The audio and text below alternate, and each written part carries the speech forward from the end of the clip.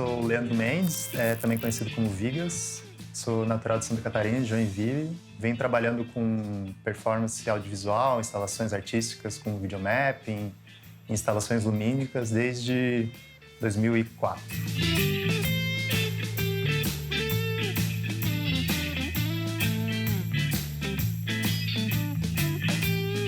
Bom, eu trabalho com projetos que vão desde performances ao vivo, onde eu toco, né, o som e a imagem sincronizadas. Também trabalho com projeções feitas de grande escala, para o videomapping, né, ou projeção mapeada, que são as fachadas de prédio. Então, são projeções feitas para desenhos arquitetônicos específicos. Também trabalho com projeção feita exclusivamente para cúpula de planetário, são feitos para assistir em 360 graus dentro desses planetários. Eu tenho 2 projetos, inclusive no acervo do SAT de Montreal. Também trabalho com as instalações físicas, utilizando a luz como matéria para criar cenografias e elementos físicos para a imersão do espectador, né?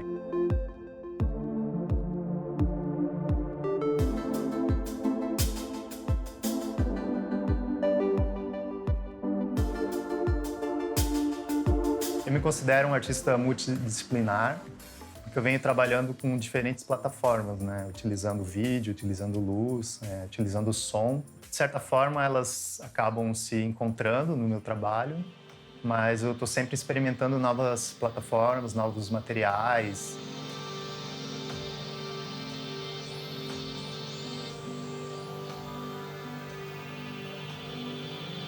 O meu processo de criação, ele de certa forma, ele é bem virtual, né? Trabalho diretamente com o computador, assim, eu não sou muito da parte manual de desenho, enfim.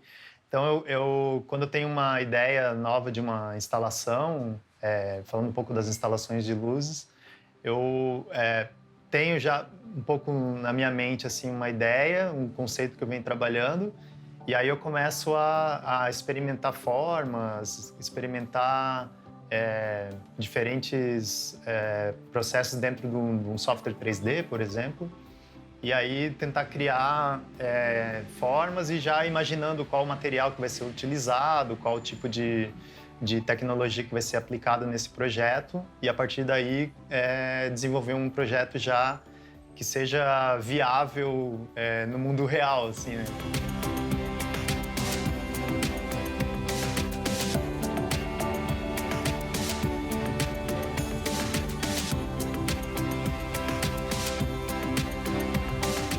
Eu tenho uma curiosidade com a tecnologia desde pequeno, assim, porque lembrando um pouco da minha infância, o meu pai ele trabalhava numa oficina de conserto de televisores, então a gente tinha um rancho, que a gente chama de rancho, uma oficina atrás de casa, assim, com várias peças de equipamentos eletrônicos desmontados, então eu estava sempre tentando montar umas engenhocas, assim, e tal. Eu acho que desde aí já comecei a despertar essa curiosidade de experimentar com componentes eletrônicos, né? Depois, claro, posteriormente, trabalhando com animação gráfica, edição de vídeo. E eu sempre gostei dessa coisa de experimentar a imagem, experimentar coisas novas, o som. Até que eu conheci a coisa do VJ, que era muito nova na época, assim, de manipular essas imagens em tempo real. E desde então eu venho trabalhando com animação gráfica, já me interessava por isso e vim parar onde eu tô hoje, né?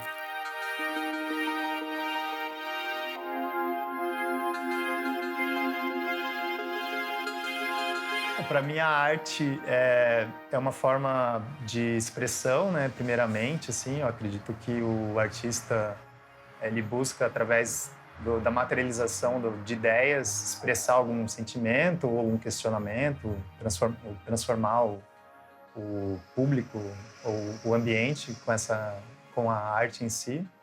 E a arte digital ela vem como um acompanhamento de uma evolução dos processos, né, e das plataformas, e, enfim, e vem acompanhando uma evolução até da própria imagem, né, eu acredito, assim, a imagem digital que começou com imagem super baixa resolução, e aí chegar o que a gente está hoje do 8K, enfim, e essa experimentação que acompanhou essa evolução tecnológica, né?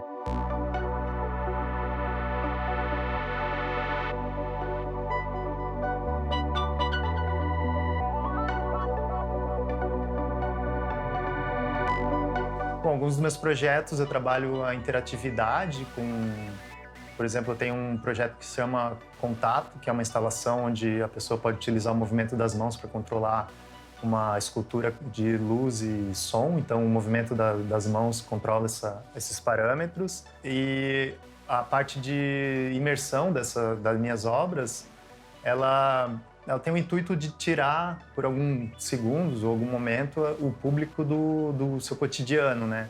O fato delas estarem em espaços públicos, eu gosto de atrair as pessoas, eu gosto de brincar assim, falar que as pessoas são um pouco como os insetos, né? Vê a luz e são atraídas para aquele ponto.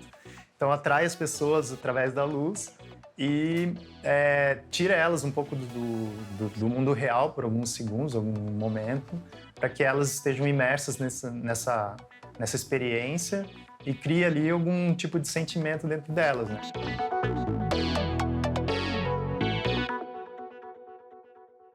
Por exemplo, um projeto que eu fiz que chama Light Path, ficou durante 15 dias numa ciclovia da Faria Lima.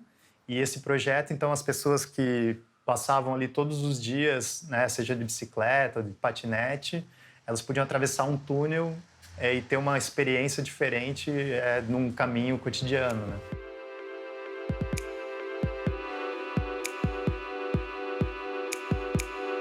Então, a ideia foi criar um local que fosse um local de passagem de pedestres e de ciclistas na ciclovia, que fosse um cruzamento, que ao mesmo tempo chamasse atenção para esse cruzamento, né? Chamasse atenção que ali pode ser um ponto crítico, como não havia uma sinalização adequada para o cruzamento dos pedestres, mas ao mesmo tempo criar uma experiência para quem estava passando com a bicicleta, por exemplo, no cotidiano, e transformar esse cotidiano dessa pessoa. E também uma experiência para o pedestre que está passando ali e às vezes tem que esperar muito tempo para atravessar a ciclovia. Então essa instalação, ela, além de luz, ela tinha toda uma ambientação sonora e trazia esse deslocamento da pessoa do mundo real, né? De você estar ali presenciando uma instalação imersiva e te deslocando um pouco desse cotidiano.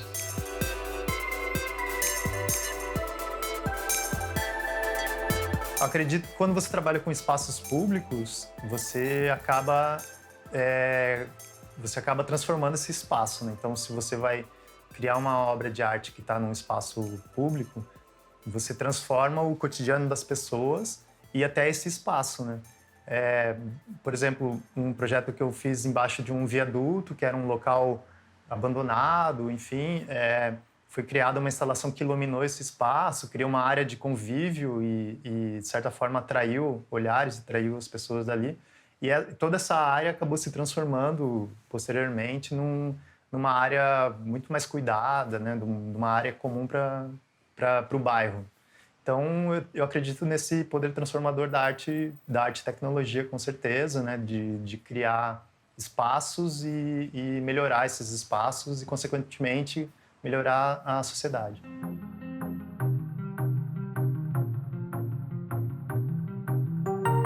Um projeto que eu apresentei no Festival de Luzes de São Paulo, chamado Data Field, utilizou os dados reais sobre o desmatamento dos três principais biomas do Brasil. Então, apresentava isso numa tela, esses dados de desmatamento, e as pessoas podiam caminhar por cima de uma projeção que ela era transformada o tempo todo através desses dados. Ou seja, você estava diretamente pisando sobre uma informação real que é de suma importância para o momento que a gente vem vivendo, né? E, quem sabe, com a minha obra, fazer um questionamento e a pessoa pensar sobre esse assunto e, no mundo ideal, ter uma atitude, né, na sua vida, no seu estilo de vida.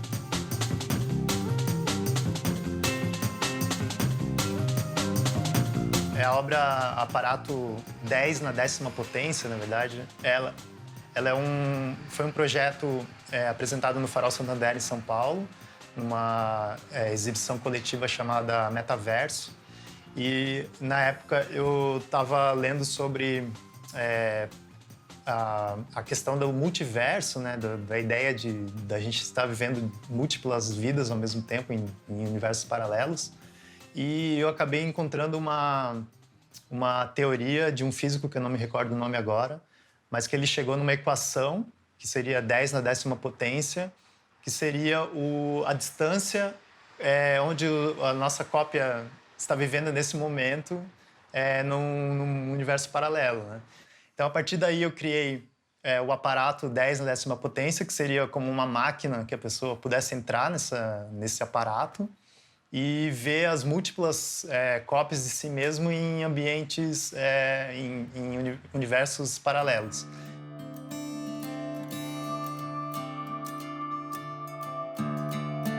No momento, estou trabalhando com um projeto que chama Light Falls. É um projeto onde eu utilizo o conceito da água, que é um elemento muito importante para a vida humana e que vem sofrendo com a ação, né, do ser humano, com contaminação e uso indevido dela. Esse projeto ele foi selecionado para 2 festivais, sendo um na Alemanha e outro nos Estados Unidos. E agora nós estamos no processo de desenvolvimento desse projeto, que será apresentado em breve, né?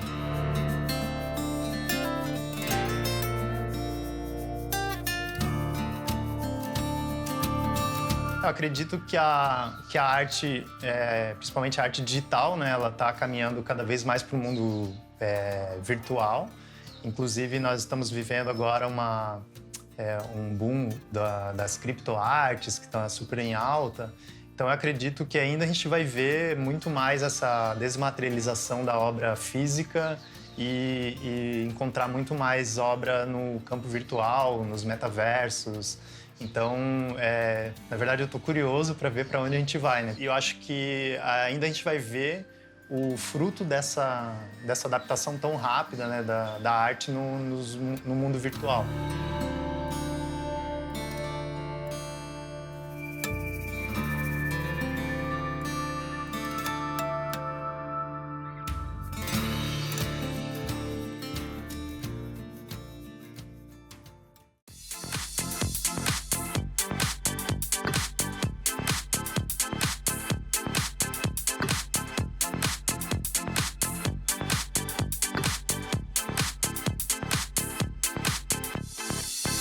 Eu sou o Marcos Araújo, sou designer de formação, artista visual, programador. Me defino hoje um pouco também como tecnólogo criativo, né? Porque o meu trabalho passa muito pela pesquisa e tá o tempo todo também acompanhando as tendências, as novidades e explorar isso de forma criativa, né?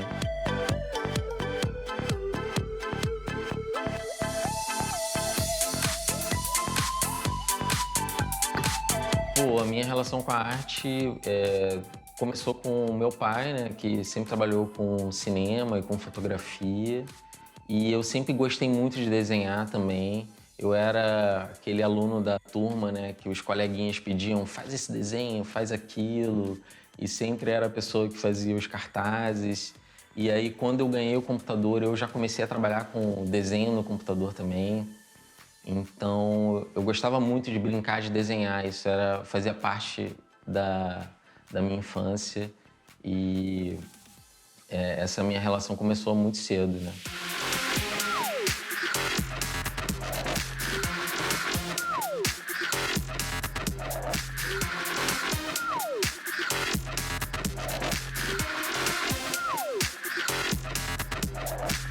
Eu me formei em design na Escola de Belas Artes. Eu já entrei lá com essa pegada de tecnologia, porque eu já estava trabalhando com web design, fazia experimentos. E teve um professor lá, o Guto Nóbrega, que ele foi uma grande referência e ele abriu muitas portas assim, de trabalhos ligados na época com web art, a questão do multimídia. Minha trajetória profissional começou no meio da universidade. Eu dei a sorte de entrar no estúdio de design, que era 6D Studio, que estava começando na época, né? E eu comecei a trabalhar com websites para o meio da moda, para a indústria fonográfica, né? E um dos primeiros trabalhos que eu fiz foi o site do Jota Quest. Fiz muitos sites de moda, Maria Bonita Extra, Cavendish, Totem. E foi uma segunda escola. E depois eu fui trabalhar na Super Uber, em 2010. Foi na Super Uber que eu tive o primeiro contato com videomapping, a videoprojeção, né? Uma experiência incrível para ter uma visão um pouco mais ampla, assim, da interseção entre arte e tecnologia.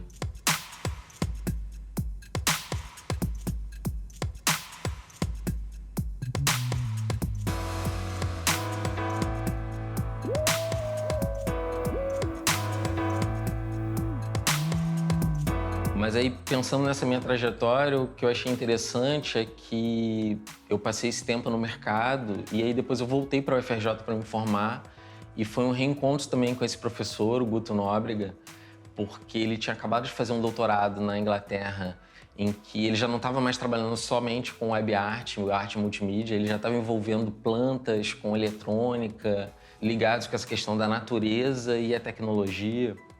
E na época eu estava começando a estudar interfaces físicas, eletrônica, e aí foi um momento incrível para voltar para a universidade, me formar. Foi mais um passo importante para eu me diversificar cada vez mais.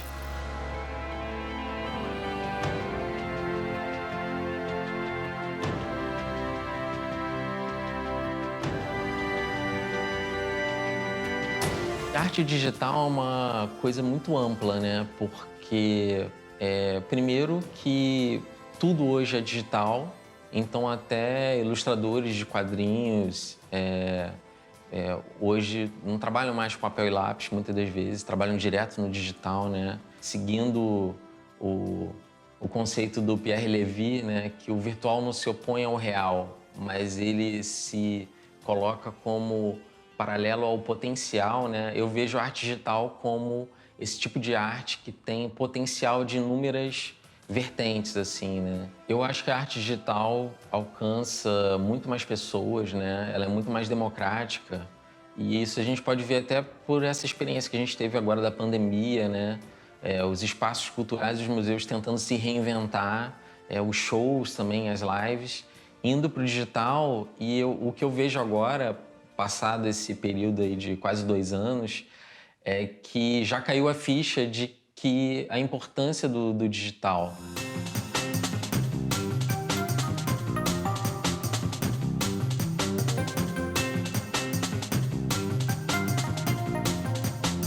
Alguns artistas podem até discordar de mim, mas eu vejo o computador como um coautor das obras que eu faço, porque eu sempre delego a imaginação para o computador, em muitos dos casos, né?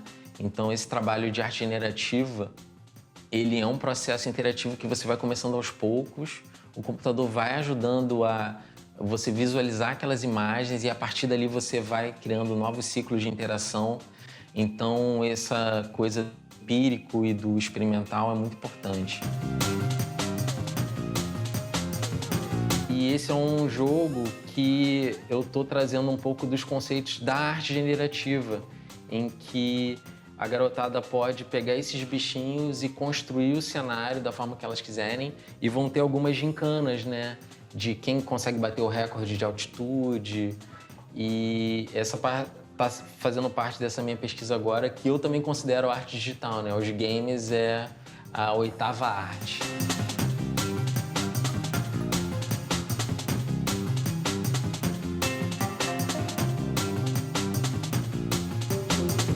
Então, o meu processo de criação, ele, por trabalhar com tecnologia, eu estar sempre pesquisando coisas novas, ele é um processo de aprendizado, pesquisa e desenvolvimento, né?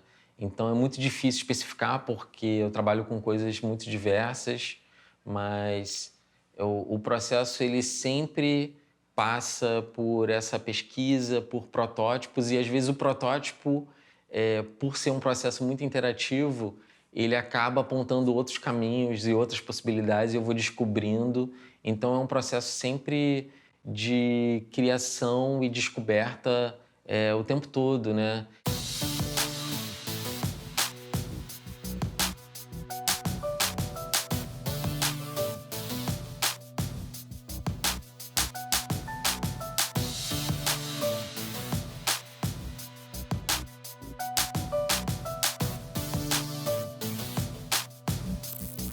Então, o projeto AIA, no Laboratório do Museu da Manhã, foi uma exposição que eles me chamaram para fazer o vídeo de pano de fundo que remetesse esse conceito de uma inteligência artificial funcionando.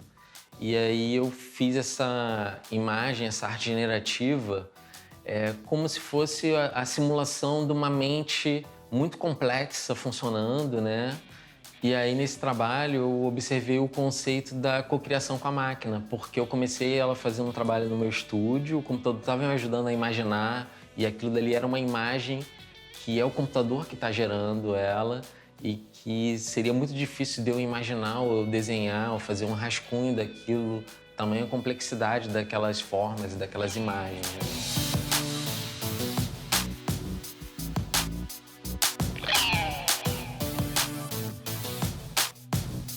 Então, o Kinect Lab é um coletivo de dança e tecnologia que surgiu em 2015 ao convite do Marcos Moraes, que era professor da Angel Viana de vídeo, e ele estava acompanhando os meus experimentos com arte generativa, usando o Kinect, que é essa câmera que observa o corpo humano, né, e você consegue criar várias interações.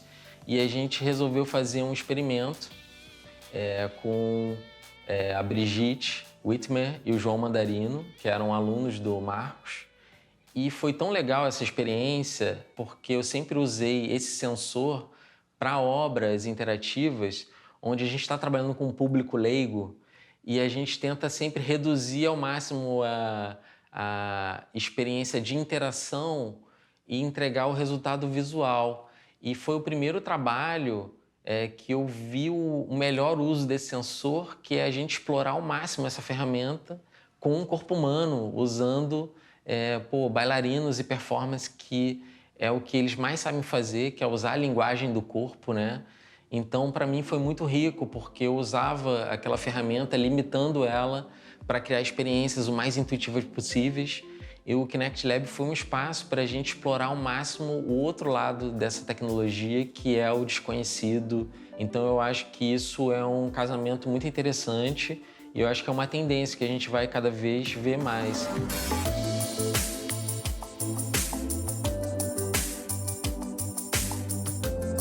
O que é criptoarte? Primeiro eu tenho que explicar o que é um NFT, o Non-Fungible Token, né? Não fungível, essa palavra estranha, é tudo que a gente conhece, né? Uma casa é uma coisa não fungível, um carro, porque por mais que tenha um modelo, ou você tenha os metros quadrados de uma casa não é igual a outra. Então tudo é não fungível. As únicas coisas que são fungíveis é o dinheiro, os commodities, né? Você comprar as coisas a quilo, dos grãos e tudo mais, o ouro, o Bitcoin, as moedas digitais. E a criptoarte é um sistema global, descentralizado, funciona como certificado tanto de posse quanto de autoria. E o que é mais legal da criptoarte, na verdade, são alguns pontos assim que eu vejo que ela traz muita inovação. O primeiro é que muita gente critica falando que não faz sentido você criar escassez no meio digital, e eu também pensava isso. Mas a questão não é essa. A questão é você conseguir criar a noção de quantidade de um item que é totalmente reproduzível, né? E multiplicável. Então a criptoarte ela não resolve o acesso a uma determinada arte. Todas as artes estão disponíveis para todo mundo, mas a questão não é essa. A questão é que, diferente de uma arte física, que está sempre em um lugar só, e só quem tem acesso a ela é na presença física daquela obra, né? Ou na reprodução digital dela, a criptoarte é uma arte que ela está sempre na vitrine, ela está sempre exposta. E aí o colecionador, ele escolhe assinar junto com o artista para estar naquela vitrine também, né?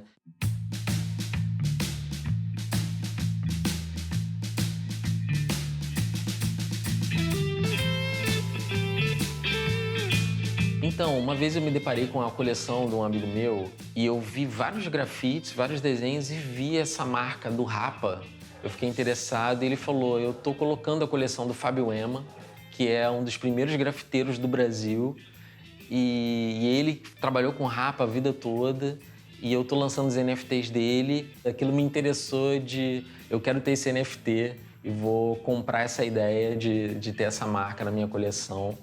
E aí, dentro dessa ideia, eu também convenci o Fábio Ema de que, pô, beleza, legal a gente vender a escultura para um grande colecionador, um grande fã do Rapa, né? Mas, quando eu comprei aquele NFT, uma das primeiras coisas que eu pensei é que eu não queria que fosse a imagem chapada, né? Que é a capa do CD de 2010, do Rapa. E eu já queria aquela obra em 3D. E aí eu dei essa ideia para ele. Fábio, por que a gente não faz o escaneamento 3D da obra e a gente não vende só o meu NFT como certificado da escultura, mas a gente cria também a escultura virtual e cria réplicas dela, não sei ainda quantas edições, se vão ser 10, 100 ou se vão ser 1000, mas a gente vai dar mais oportunidade dos admiradores, né, do Rapa de terem essa relíquia.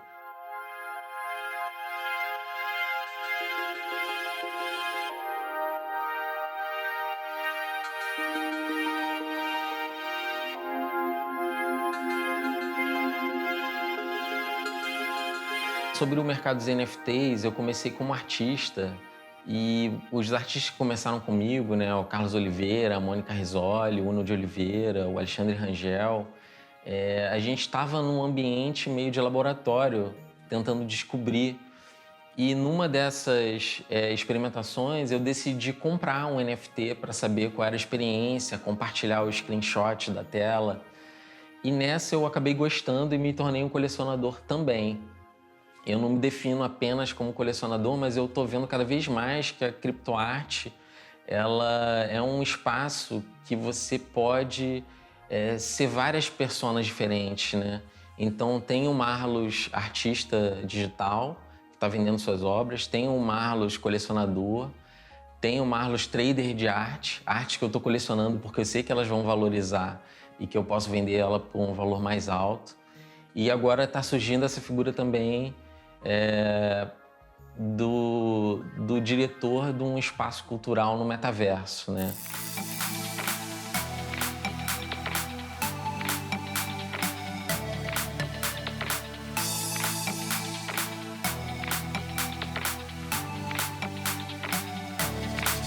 O metaverso foi uma das coisas que apareceram primeiro quando eu entrei no universo da criptoarte, porque o primeiro NFT que eu vendi foi para um artista digital 3D gringo de fora, né?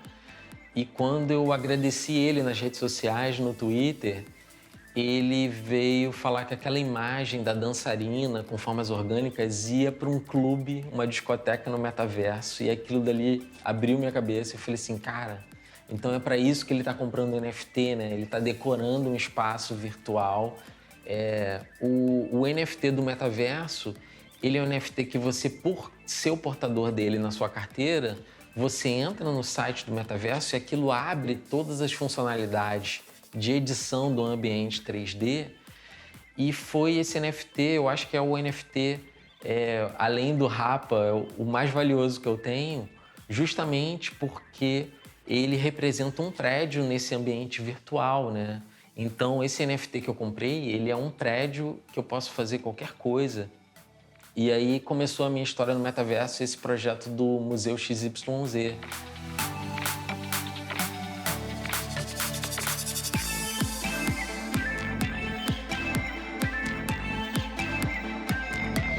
Então, a ideia do Museu XYZ surgiu quando eu caí na real de que aquele NFT que eu tinha comprado, ele abria mais funcionalidades até que eu esperava. Eu achava o metaverso ainda muito tosquinho, né? E muitos chamam, né, de proto-metaverso, que a gente está vendo. Mas eu me surpreendi com o tamanho das funcionalidades. E a outra questão foi que eu tinha um prédio.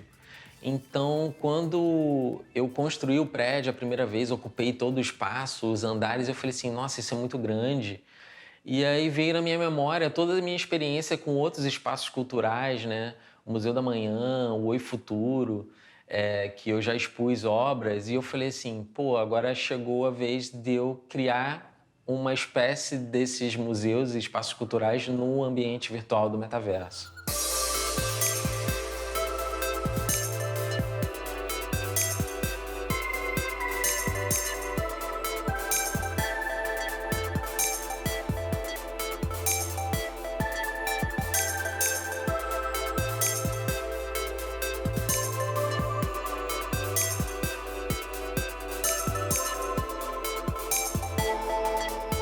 Então, sobre o futuro da arte digital, é muito difícil porque eu não tenho bola de cristal, mas o que eu posso dizer é que tá tudo sempre em constante evolução, né, aprimoramento, mas em relação aos mundos virtuais, eu acho que isso vai começar a estar cada vez mais presente porque é um lugar de convergência de áreas, né?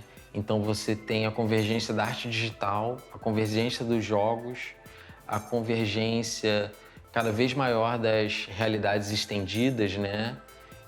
Que vai se popularizar nos próximos anos. Então, isso com certeza faz parte do futuro da arte digital, né?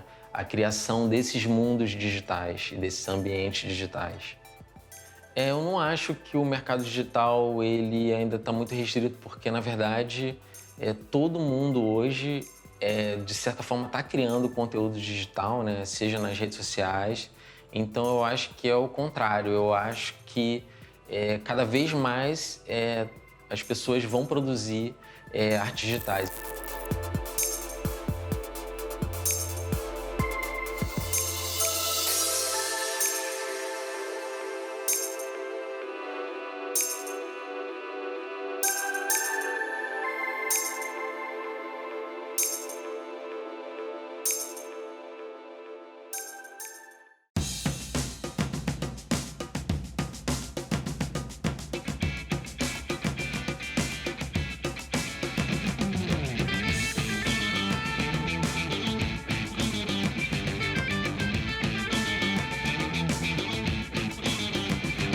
Meu nome é Guto Nóbrega, eu sou artista, educador, pesquisador.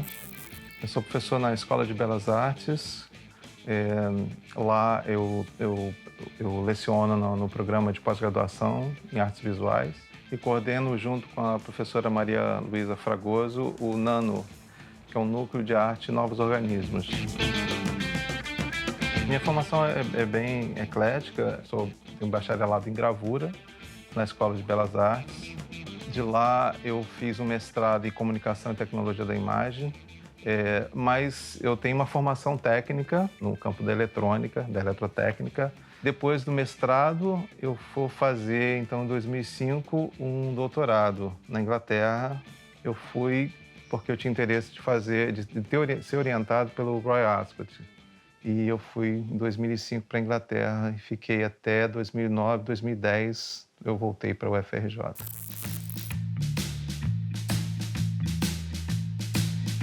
Esse começo da relação com a tecnologia, ela vem no campo da arte, para mim, a partir da década de 90. Por quê? Porque os meus primeiros trabalhos, como eu falei, eu sou formado em gravura, né? Então, a gravura, ela entra, assim, muito ligado à imagem, ao desenho, porque eu sempre desenhei, sempre gostei muito do desenho, e mesmo antes de entrar para a Escola de Belas Artes, eu já fazia caricaturas, eu ilustrava, tal, e era tudo analógico, tudo pintura, desenho, nanquim, essa coisa toda. Só que na década de 90 chegaram os Macs no Brasil, né? Teve essa revolução de desktop publishing, então começou então a produção, né, de design, tudo migrar para os computadores. E aí eu comprei o meu Mac e comecei também a ilustrar, fazer ilustrações digitais. E começando a usar o computador. E aí, só que o computador começou a despertar em mim uma coisa mais, uma curiosidade, né? Um aspecto mais até filosófico mesmo do uso da máquina, né? O que era estar usando o computador, o que era... eu via ele mais do que uma ferramenta, né? Então, no final da década de 90, eu me envolvi com um grupo de artistas, a gente montou um grupo chamado O1 Art, que era O1 né, de 0 e 1 arte. E era um grupo que pensava um pouco essas questões do digital, e nesse momento eu já comecei a fazer trabalhos conhecido hoje como área chamada net art, né? Eram trabalhos para a internet, trabalhos que lidavam com interação, já trazendo vídeo, já trazendo áudio, trazendo possibilidade do observador interagir com essas imagens.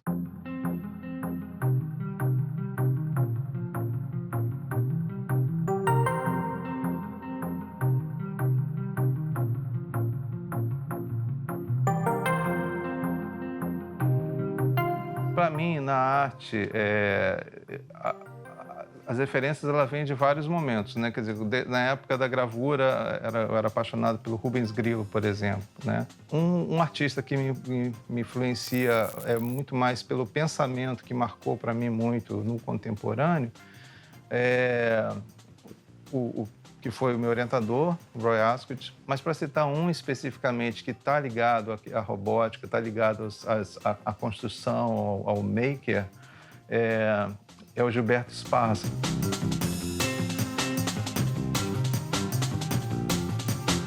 Em 2005, quando eu estava indo para o doutorado, né, como eu falei, o trabalho antes do doutorado estava muito ligado ao que a gente chama de screen-based media, né? Quer dizer, eram projeções, era muito trabalho em vídeo, trabalhos para a internet, pensando na imagem interativa. E eu percebi, em 2005, havia uma coisa de um retorno, um movimento contrário que vinha da tela para o mundo físico, né? E aí surgiu no meu radar a coisa da planta. Eu comecei a ver que na década de 70 teve um grande boom de artistas olhando para as plantas, porque começou a surgir também, surgiu um livro ficou muito famoso, que é A Vida Secreta das Plantas. Eu fiquei assim, pô, planta, né? E aí eu comecei, falei, cara, eu vou fazer coisas com planta.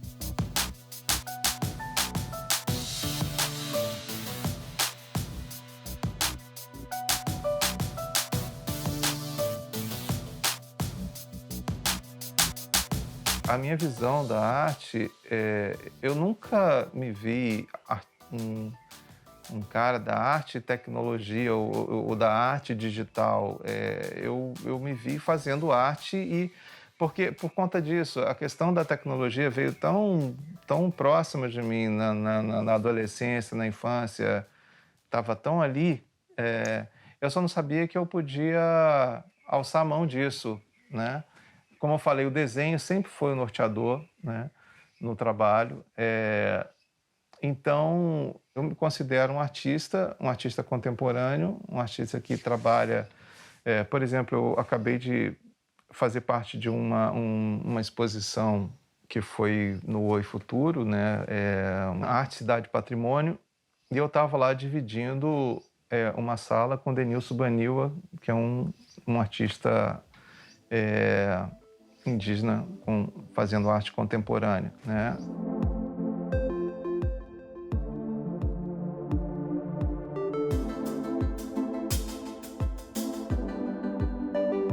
Então, olhar para a tecnologia como ferramenta não permite que você realmente, talvez ela mascare a grande problemática da tecnologia, que eu acho que é a sua programabilidade, a sua influência, a potência que ela tem de estruturar redes de comunicação, de afetar você de uma forma muito potente através dessas mídias móveis, por exemplo, né, a permitir situações como essa situação das redes sociais, né? Então, assim, a tecnologia ela tem essa força. E tendo essa força, ela, através da sua programabilidade, ela cria uma situação extremamente complexa e que a gente, no mínimo, a gente tem que perceber que existe a tecnologia ali e existe essa programabilidade e que ela tem uma influência na nossa forma de pensar. Eu tive uma experiência numa residência no Amazonas, é uma residência chamada Lab Verde. Foram 10 dias na floresta, né, numa reserva onde os cientistas vão para poder coletar dados. Então, é realmente uma área protegida, né, bem grande, dá para se perder ali dentro, tem animais, enfim, tem... E aí, essa experiência me marcou muito, pelo fato de estar ali dentro, em algum momento estar sozinho e sentir essa potência, essa força da floresta, que é só mesmo estando lá para você perceber isso. E a proposta era sair dessa residência com uma proposta de um trabalho, né? Que veio acontecer 2 anos depois, que foi o Vegetal Reality Shelter. O Vegetal Reality Shelter é um trabalho que ele nasce desse desejo. Eu sabia que ia ser, na minha cabeça, eu queria compartilhar um pouco esse momento, esse lugar, dessa força da floresta, dos sons.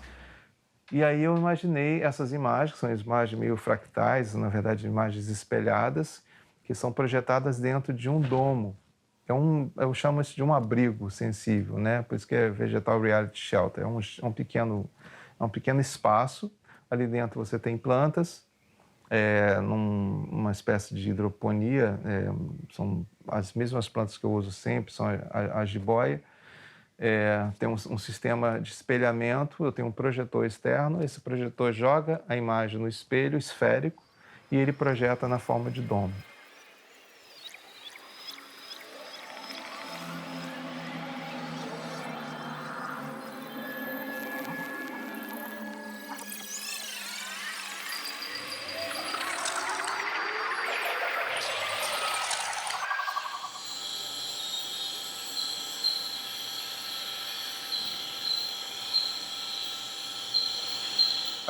A experiência do briefing ele vai passando para outros trabalhos. O Botânico foi também a partir dessa medição da resistência galvânica. Eu coloquei essas plantas dentro desse sistema ali do domo e quando você entra ali e começa a respirar, você ativa, modula o som que está ali dentro e você também tem uma projeção das imagens, desse espelhamento de imagem da floresta, que vai acontecer exatamente quando você respira.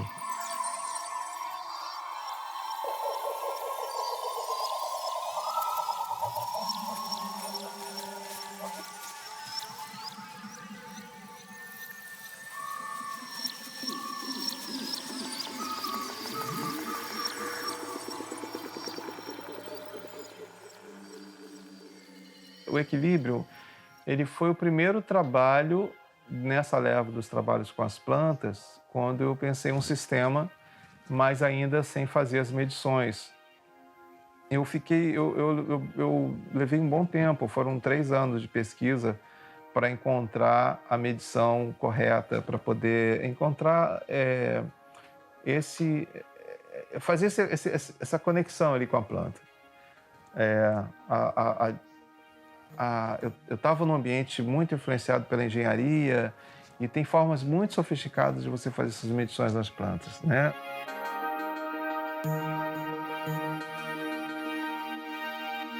Esse sistema que eu fiz foi inspirado no indiano lá, ou nos processos mais analógicos, né? Resposta galvânica, uma coisa muito básica.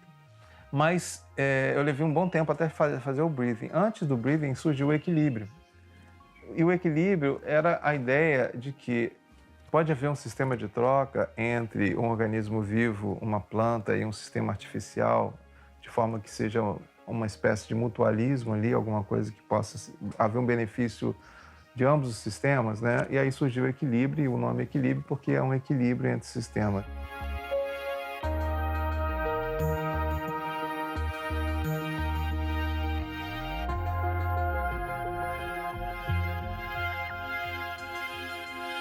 De um lado, eu tenho uma planta que ela precisa de luz, tá?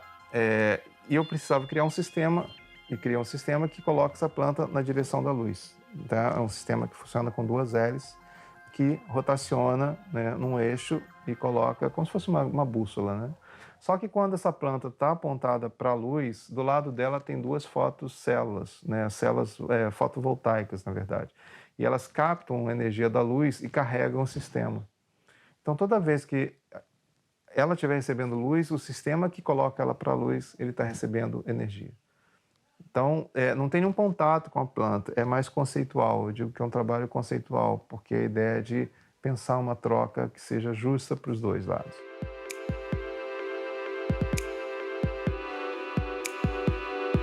O Botânica ele vai na mesma linha, ele surge logo depois. Ele, na verdade, era o trabalho que eu queria ter criado no doutoramento, mas ele tinha uma complexidade um pouco maior, que era o controle desses motores para posicionar a planta diante da luz. E aí, basicamente, ele é um robô que ele tem um estado ali de funcionamento que ele leva a planta para baixo da luz e fica quietinho lá. Se você chegar e respirar perto dele, a planta que recebe esse gás carbônico, o lado dela, vai mandar um sinal para o sistema e ele vai fazer, opa, alguém está interagindo, né? Ou pode-se dizer, a planta está comandando o robô. E aí ela leva o robô para a direção dessa pessoa. E quando não acontece isso, volta para o estado inicial, né? Então essa troca, ele vai para a direção da pessoa ou volta para o estado inicial.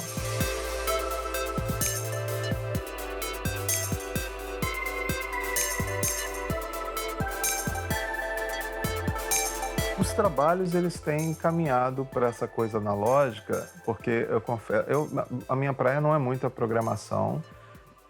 Então, assim, eu gosto muito da mecatrônica, eu gosto muito da construção, da parte mesmo de construir esses robôs e de fazer os movimentos. E eu gosto muito de pensar essa lógica do comportamento dos movimentos a partir